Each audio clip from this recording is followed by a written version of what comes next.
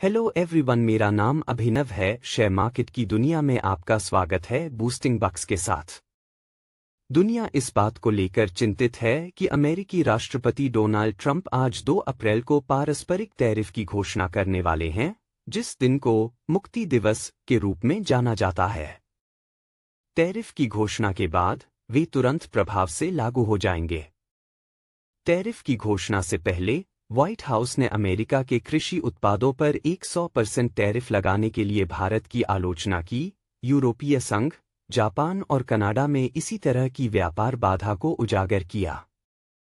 इसने आगामी टैरिफ घोषणा के बारे में भारत के लिए प्रत्याशा का एक और स्तर जोड़ दिया है। हुंडई मोटर ने मंगलवार को कहा कि विदेशी बाजारों में गिरावट के कारण मार्च में उसकी मासिक बिक्री में पिछले साल की तुलना में 2% की गिरावट आई है। कंपनी ने एक प्रेस विज्ञप्ति में कहा कि पिछले महीने ऑटोमेकर ने 365,812 वाहन बेचे, जो पिछले साल इसी महीने में 373,290 यूनिट से कम है।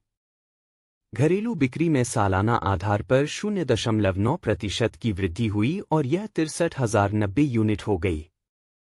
भारत की सबसे बड़ी एकीकृत बिजली उपयोगिता कंपनी एनटीपीसी लिमिटेड ने वित्त वर्ष 2025 में कुल बिजली उत्पादन में 3.88% की वृद्धि दर्ज की, जो वित्त वर्ष 2024 में 422.2 बीयू से बढ़कर 438.6 बीयू हो गई।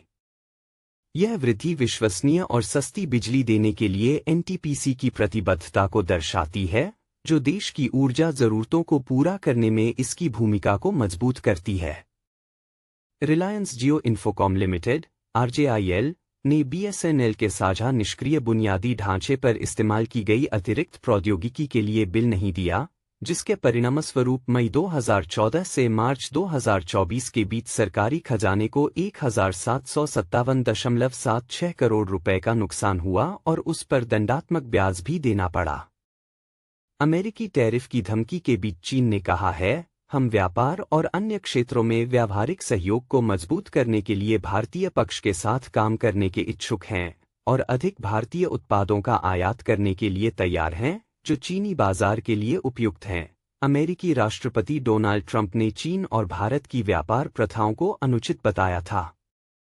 वित्त मंत्री निर्मला सीतारमण ने राज्यसभा में कहा, मैं आपको आश्वस्त करना चाहती हूं कि 25 मार्च 2025 तक कुल विदेशी मुद्रा भंडार $658.8 बिलियन है। उन्होंने कहा, किसी भी देश के विदेशी मुद्रा भंडार के मामले में हम चौथे सबसे बड़े देश हैं। उन्होंने आश्वासन दिया कि भंडार 11 महीने के आयात का ध्यान रखने के लिए पर्याप्त है।